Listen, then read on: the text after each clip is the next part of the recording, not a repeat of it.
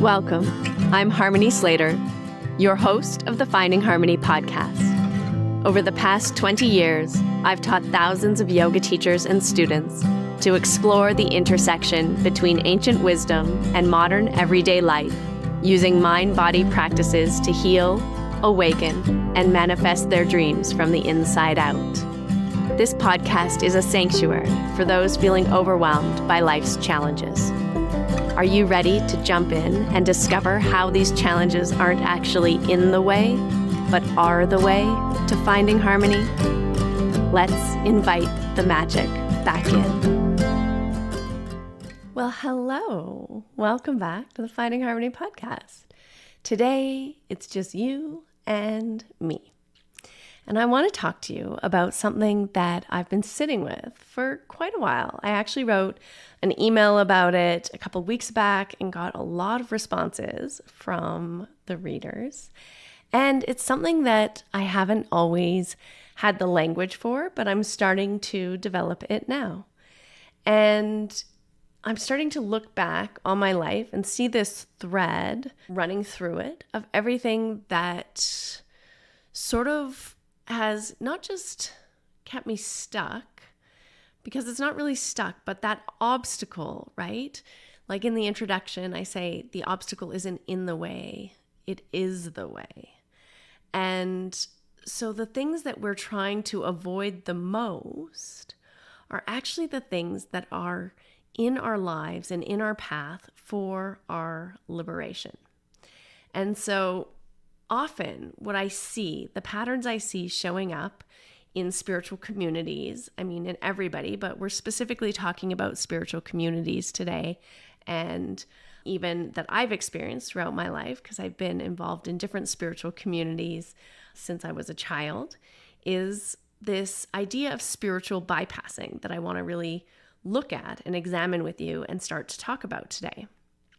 And I just want to say this, that if you have a meditation practice, a pranayama or breathwork practice, a yoga practice, a yoga asana practice, if you light candles, if you pull cards, if you do morning rituals, if you write in your journal, if you have some interest in connecting with that God or universe or energy or life force that is beyond just yourself, then this episode is really for you. You're in the right place today, because I love all of those things. I do all of those things. I think all of those things are so valuable, and they've helped me so much at different points in my life.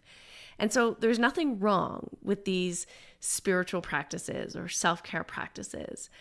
I love them. I spent decades doing them. And yet what I see and have noticed is that you can still be doing all of the things and trying to do everything correctly, or still have a very earnest heart, a desire to connect to God or to the energy field or to something beyond yourself, and still be completely hiding.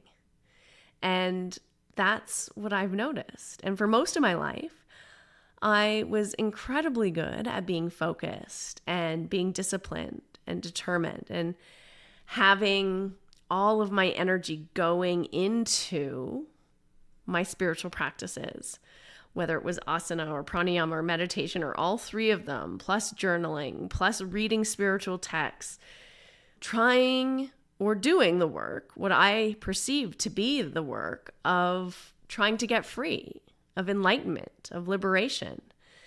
And yet, the more I was doing the work, the more I was actively pursuing this, the more I was placing this freedom, this liberation, this enlightenment in some future time and place. And it was always just repeating that pattern that I had to be better, do better, get somewhere other than the place where I actually was. And so all of that is really looking at how we have these patterns. They're so subtle and so tricky, but this feeling like I need to perform, or I'm not good enough, or I need to be perfect, or I'll never get there until whatever, fill in the blank.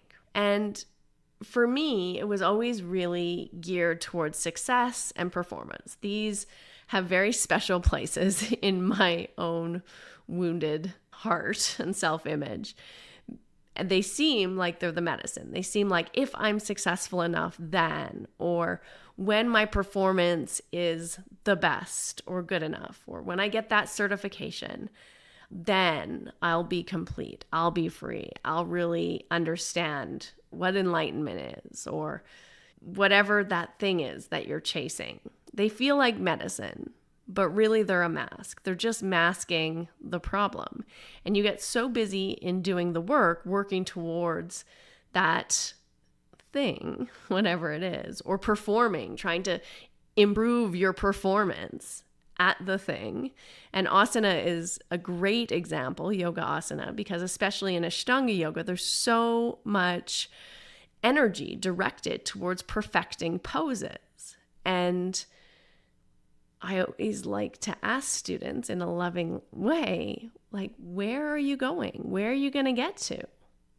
Because all of that energy of trying to have the perfect practice, the perfect pose, or to have the sense that you're good enough when, is always, again, just projecting yourself into some future state that's never going to arrive, because you don't live in the future. You only live here now. And so for me, this pattern showed up in all kinds of different ways in my life. You know, I started off as a ballet dancer, and I always did very well in school. And it was no different when I came into the discipline of yoga. At first, it was very healing for me. It felt very embodied. It felt like connecting to my body, and it felt delicious because I wasn't doing it for any reason except to heal and to be embodied and to feel my body from the inside out. But of course, like everything, as soon as you're like, okay, you love it, you're enjoying good results, and then you want to maybe make a career of it, you turn it into something. And now, again, we've othered the practice, right? So whether it's meditation or breathwork or yoga or all of it, the dedication from the outside gives the impression that the practitioner is someone who has it all together, someone who's doing their work. I'm practicing 4 hours a day, right? That seems pretty impressive. But underneath it all of that practice, all of that control, all of that discipline is actually just another form of avoiding or running away.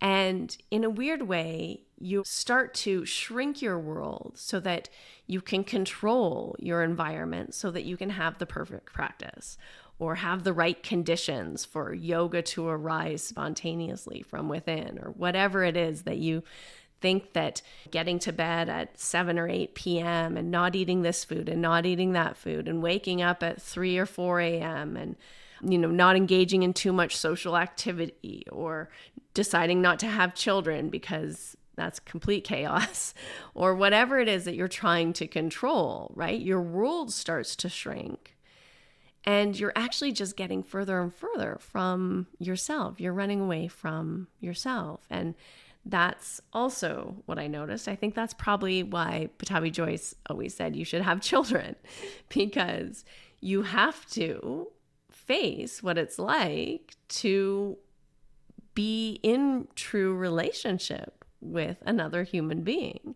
that you can't control.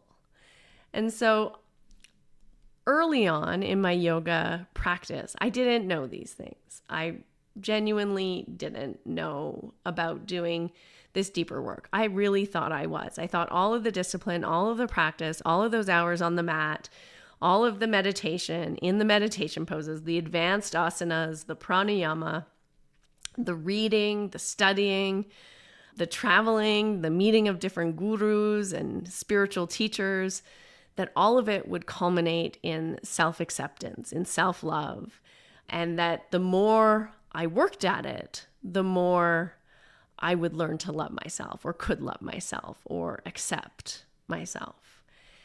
But it actually kind of was the opposite. All of this searching and seeking and working and directing my focused attention and energy on something outside of myself had actually trained me in a very effective and efficient way to completely bypass what was the insecurity or the fear or the feelings underneath. And so instead of sitting with the insecurity, the fear, or the feelings, it taught me to ignore them or to transcend them, to separate from my body and look down on it. And it's safe when you're out in the far reaches of the energetic field, right? You're rising above, you're transmuting, or you're enduring sensation, right? All in an attempt to shift your state from where you are now to something better, something more enlightened, something different, someone different, right? And so instead of accepting and being with yourself, you're actually rejecting yourself at a very fundamental level, trying to be someone else, trying to make yourself into something else. And so all of this spiritual practice wasn't helping me to sit with myself and be with myself and the discomfort or the darkness or the insecurity or the fear of failure. But it was training me to stay on that treadmill, to keep going. Just one more day, one more practice, just one more pose, then I'll get there. But there is no there. So even Vipassana meditation, which I love and I think is profound and highly recommend, Goenkaji has a beautiful teaching, which is to witness the thoughts or the sensations, to see them, to notice them, to scan the body, to observe them without suppressing or expressing, to just simply be with what's arising in the moment. And this is a beautiful practice. But what he doesn't say, and what I believe where the real power is hidden, is that there is a difference between watching from an observer from the outside without expressing or suppressing, but just noticing.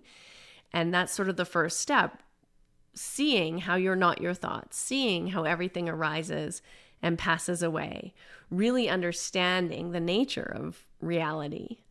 But then allowing yourself to be in your body, and instead of seeing it from outside of your body, to feel it inside of your body, letting yourself truly feel what's present for you, what is arising, and also to respond, because that's also part of the codependent or interdependent origination, right? That interdependent origination is all things culminating and arising and passing away. And your desire to shift or change or respond is also part of that interdependent co-origination. That's the way it goes.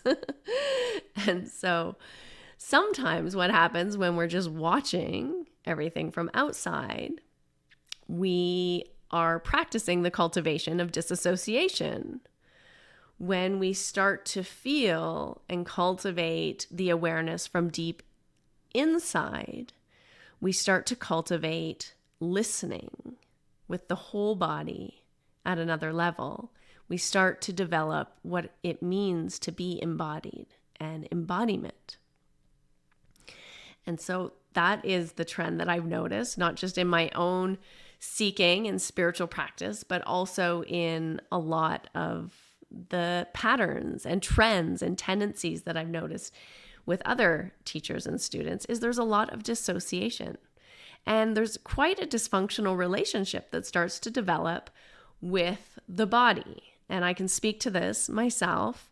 In childhood, I started to develop a real dislike for my body, a hatred actually, I had extreme discipline as a child with food that culminated in anorexia and bulimia. I had an inner critic that was so fierce, so amplified by the environment, the ballet world that I had placed myself in and dreamt of becoming this prima ballerina. I had so much self-doubt and judgment, and it was just all there, bubbling, unconscious, or even if it was conscious, I just struggled to turn the volume down on those patterns of self-criticism. I literally hated myself. I hated my body. All I could see was imperfection.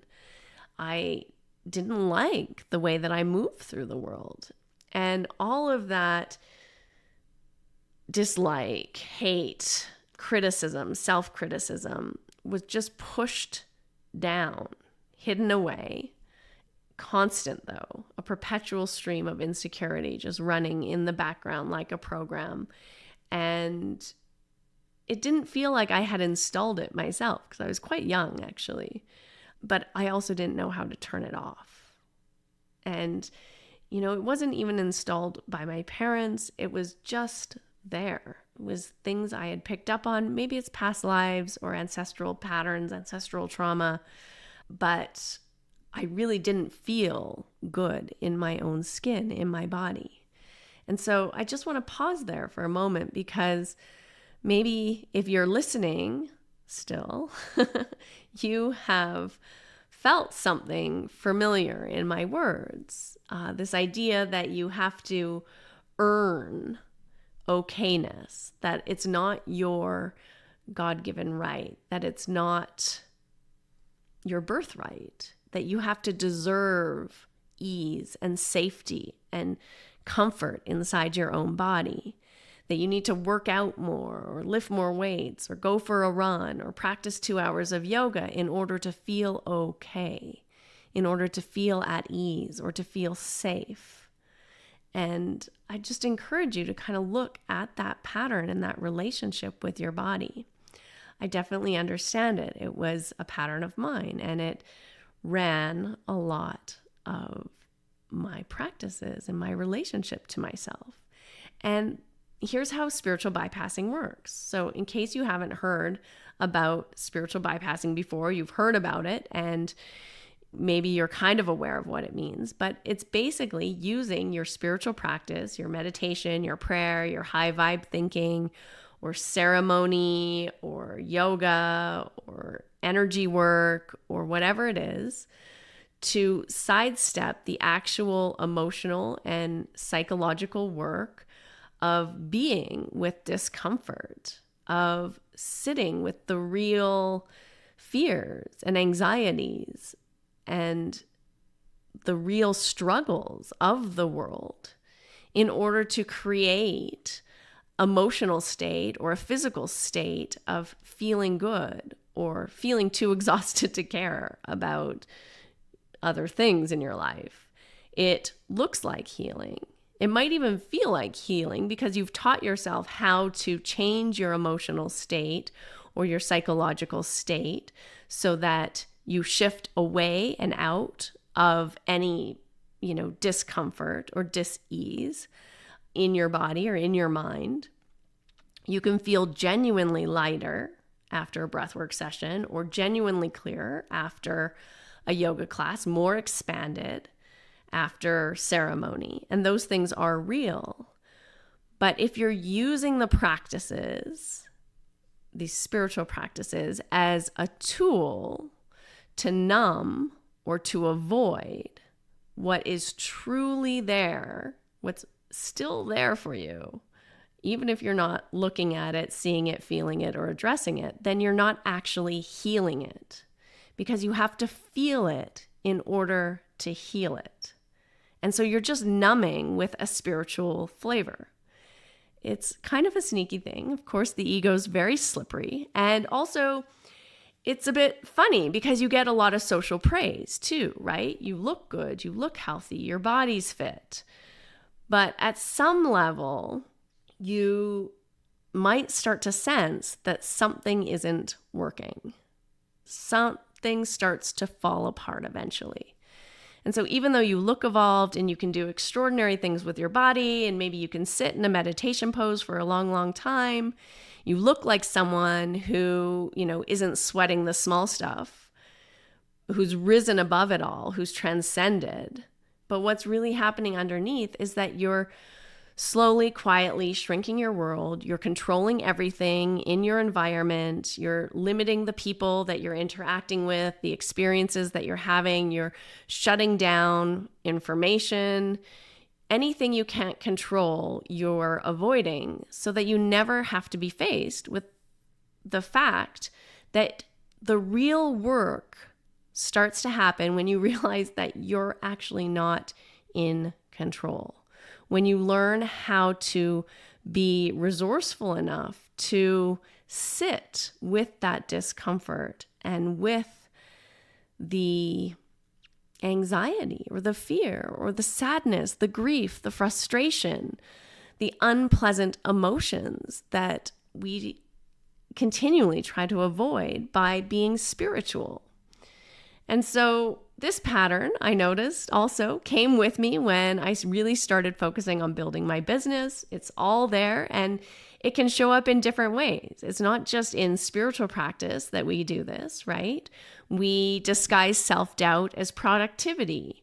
We get busy rewriting our bio or creating a new website instead of actually getting into conversation with people, or showing up as a leader or getting on a podcast versus staying in our little house or room planning to do something that isn't going to actually move the dial. We get busy getting another certification instead of trusting what we already know or the resources that we already have. And we also create a bit of a nourishment barrier, or at least I did for myself, of not letting myself receive, not letting myself really soak in the win or that certification or the moment of reaching a big goal or the applause or the compliments from other people. Really allowing yourself to receive support from others, from a friend, another teacher, or a coach, right? To allow people to help you, to support you. The pattern of needing to protect yourself or needing to know how to do it yourself or figuring it out all by yourself, of only trusting yourself. And then getting there, getting the goal, getting the certification, getting the next pose. And what happens? You just move on to the next mountain, the next pose, the next best thing. And all along, in my experience, being praised for how much I was working, how hard I was working. Same pattern, slightly different arena, right? You're just feeding a hungry ghost. You're never going to be satisfied when you're trying to fill that void, that hole from the outside, from anything from the outside. In this case, with business, with work, it can look like hustle, it can look like productivity, but actually you're hiding behind the hustle, behind the busyness, behind the productivity. And then the real question is, what are you hiding from? Who are you hiding from? And so for me, the shift came when I stopped trying to run away from these negative thoughts and feelings about myself. When I stopped trying to transcend the pain, the emotional pain, and I slowed down long enough to actually feel it, to actually be with it, to be with the disappointment, to be with the failure, to be with the grief, the sadness, the loss, the letting go, the endings, to really be able to be with it. Not alone though, not alone, but to allow someone I trusted, a coach, a therapist, a mentor, to hold space, to witness, to hold me energetically in my unraveling, to allow the realizations, the beliefs that were formed before I even had words, to let those hidden messages inside my body come to the surface and let my body really reveal its secrets, the secrets that it holds and that it's been storing since conception. And some of them are filled with pain and sadness. But to feel it from the inside out without layering a story on top of it, without having to make meaning, this is what that means, that's what that means, this is where that came from, this is who that came from, but just being with what's here right now in my body, in my emotions, in my energetic field, in my mind, as it is, not as I want it to be or I wished it to be, but as it truly was, just feeling it all the way through. It sounds simple, and it is simple, but it's not easy. The shift came when I stopped trying to transcend the pain or explain or just observe the sensation. And I slowed down long enough to come into my body to actually feel it. And it wasn't alone, it wasn't by myself in a room doing solo spiritual practice, but it was in partnership because we heal in community. And this work is so, so powerful when we come together. You know, there's a verse in the Bible that says, when two or more are gathered together, I am there also. I am there with them. And it's because when we come into relationship, a third space opens up, which is the amalgamation of our energies, of our consciousness. It's the union, the yoga of being with another. So to sit with a coach, to allow her to hold space for my unraveling, to be witnessed in my tears, in my anger, in my frustration, in my fear, in my pain, in my memories, to allow the realizations and the beliefs that were formed before I even had words. You know, those really foundational, fundamental beliefs that are stored in our body around safety, around belonging, around acceptance, allowing them to surface, to come up into my awareness, to let my body reveal its truths, these secrets, all the things that it had been storing. I'm sure it's still storing some, but many, many things it had been storing inside the tissues for years. And learning to live from the inside out without a story layered on top of it. You don't need to know what it means. You don't need to make meaning out of it or where it came from or what it's saying even about you.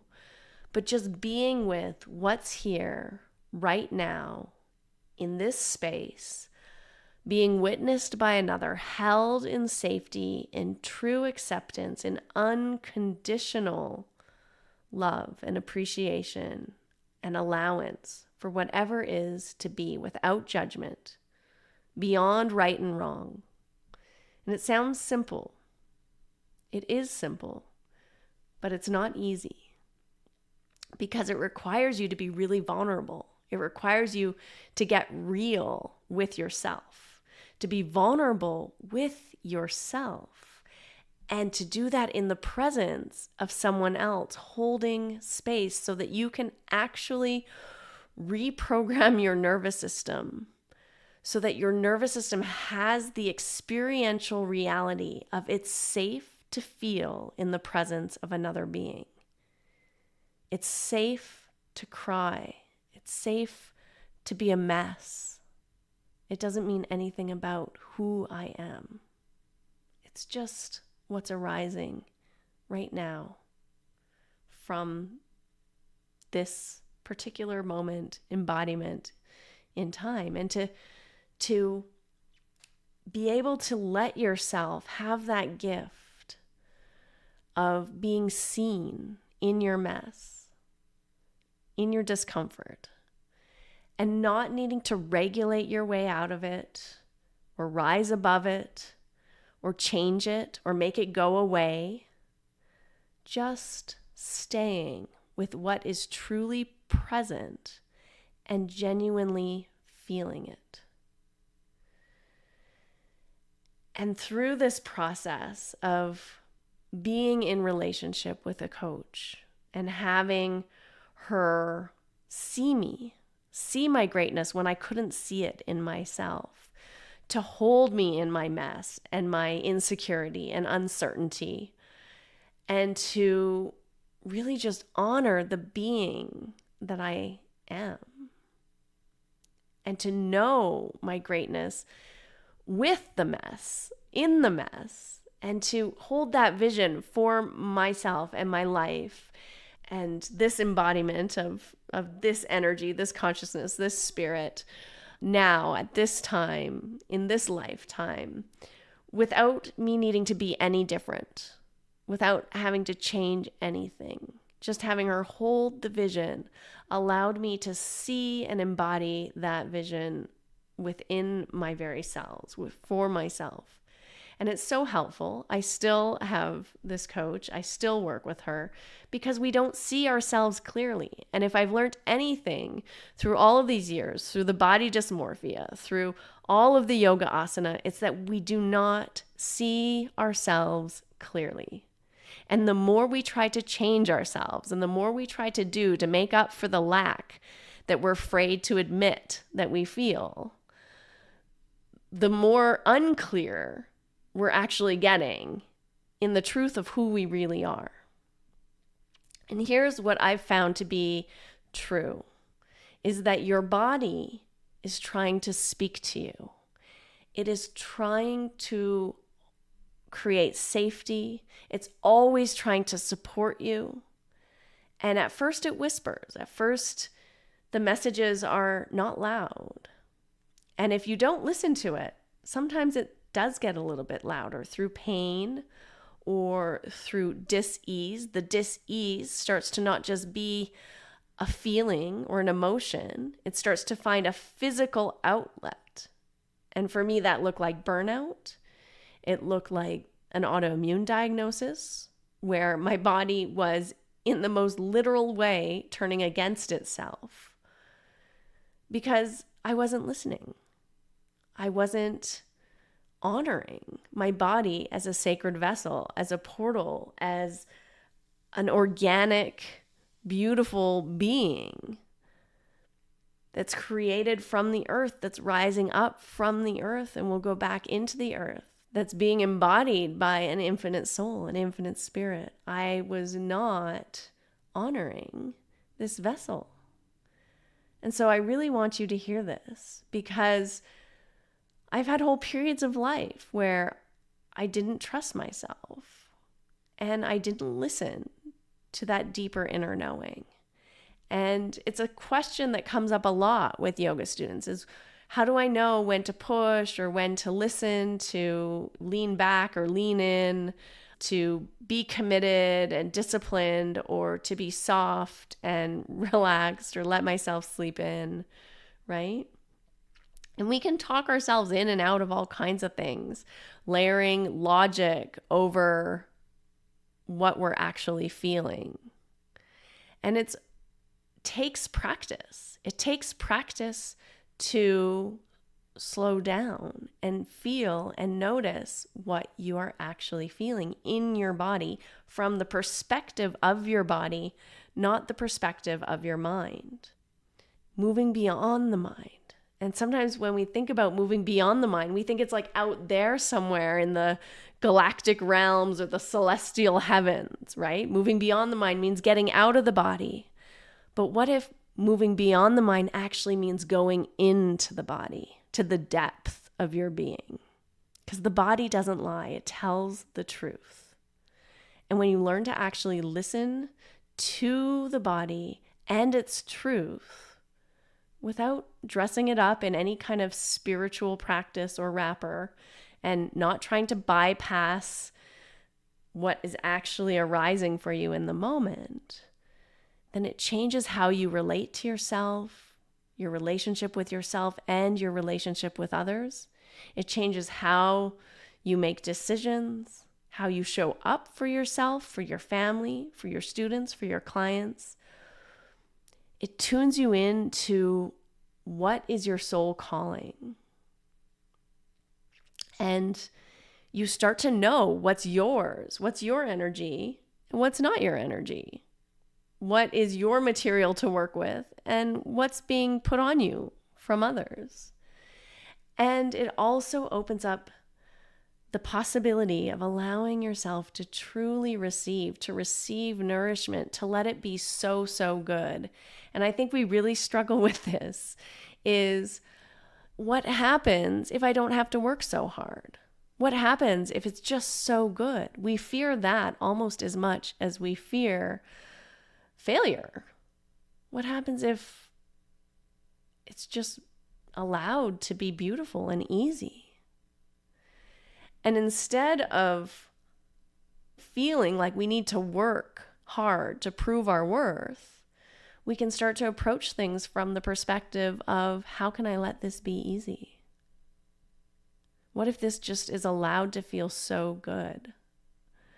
And it changes. It changes how we be in the world, how we be with ourselves and how we be with others. So what does this actually look like in practice? I want to challenge you with something.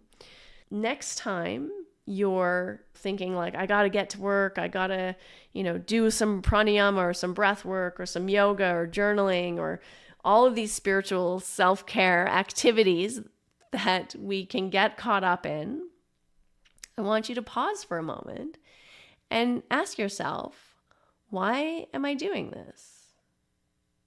Is it freedom to something, or am I seeking freedom from something? Am I doing this to cultivate more awareness of what's present for me right here in this moment?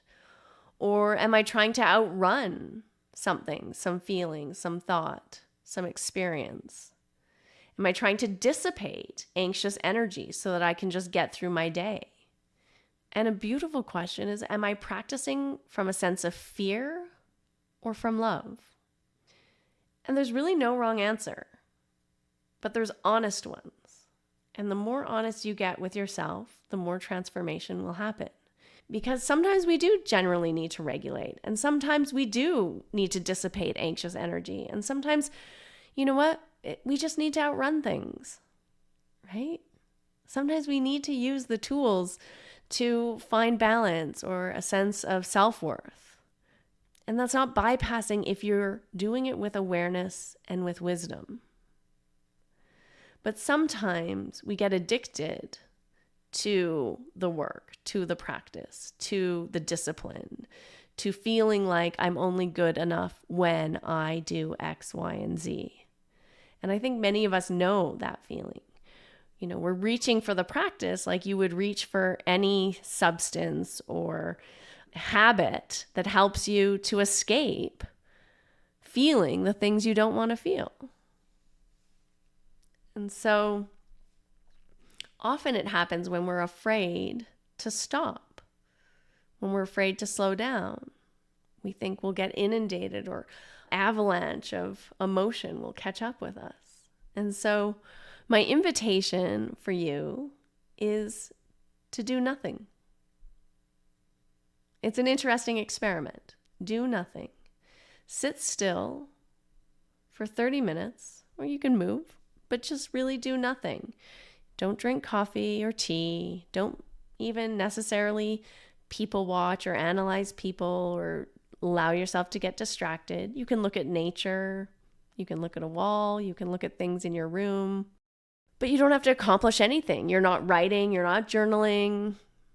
And just notice how often you reach for the phone for distraction. Keep your phone far away from you. Set a timer in another room. And then just sit down and just sit there and see what happens.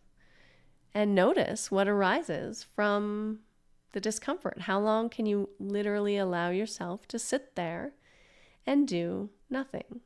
Watch the mind's habit to need to do something, to think about something, to analyze something, to judge or criticize, and just see what arises from the body, from your heart, from your solar plexus, from your gut, from your throat.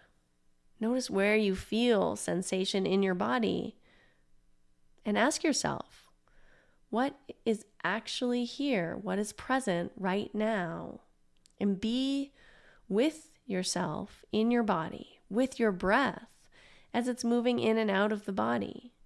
And you're not meditating, and you're not applying any technique or specific mantra or anything like that. You're just being with yourself, listening, waiting, noticing, observing.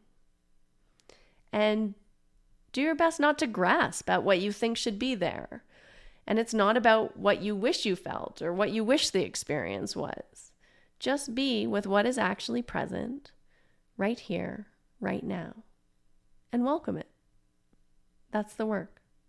Again, very simple, do nothing, but it's not easy. It is really not easy. And it helps to just repattern some of that energy around doing, needing to always do, always accomplish, always perform, always get better, always be moving on to the next thing, the next thing, the next thing. A lot of us come from this pattern, and it gets perpetuated with the Ashtanga yoga practice because it's set up that way. It's designed that way. And so this is profoundly different from what most of us were taught and the patterns that most of us have developed throughout our lifetime. And I want to share one more piece because it's something central to how I teach now and how I work with clients. And that is when I really started doing this deeper work of connecting with my body, accepting my body as it is without trying to change it or make it different, whether that's in looks or feeling or felt sense.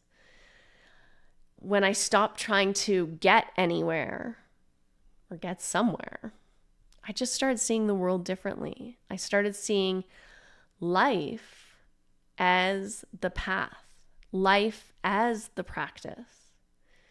When we allow things to move through us, energy, emotions, stories, beliefs, other people's expectations, our own fear or joy or love, we allow ourselves to really be with the abundance of what it means to be alive.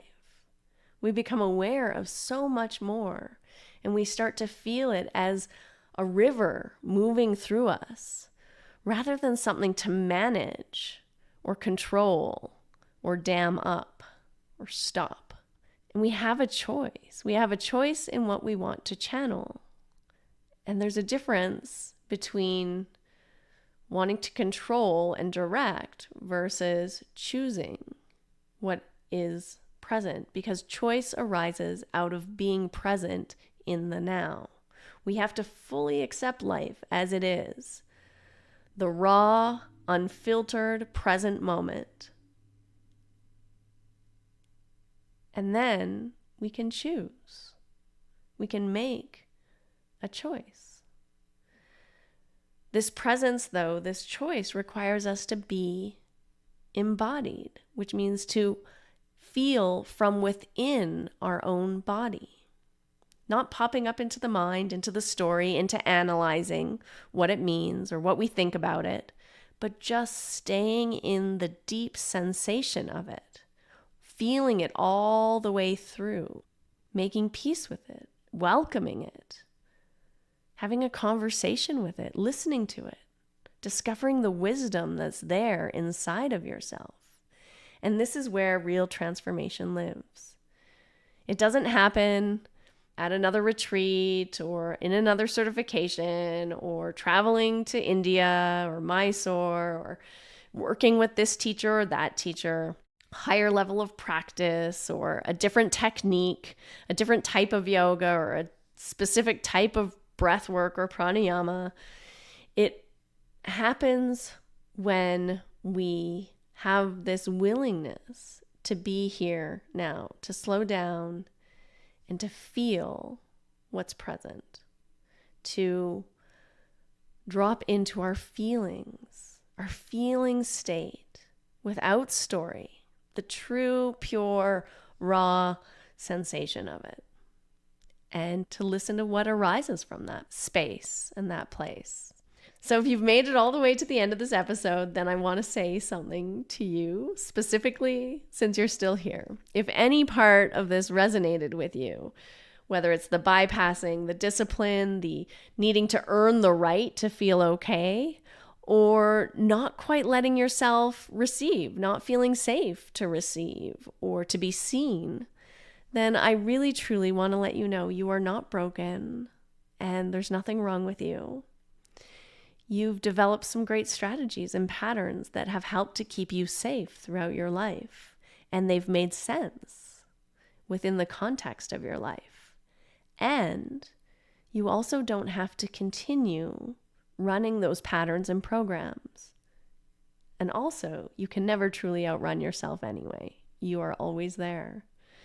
And so the shift isn't going to happen, when you find the perfect practice for yourself. It's going to happen when you stop using your spiritual practice to avoid what's uncomfortable. And when you're willing to sit with uncertainty, with not knowing, even if it's only for 2 minutes. Just sit with what is without trying to fix it or solve it or transcend it or make it mean something or make it go away or turn it into something else. Just be with it. That's when everything changes, truly. That's when true realizations open up from within you. It's when the mind and the body and the consciousness all align. It's when you feel spirit in your body and you come alive. And it doesn't happen because you forced it. It happens because you finally allowed yourself to meet yourself in the present moment without any judgments or preconceived ideas about who and what you are.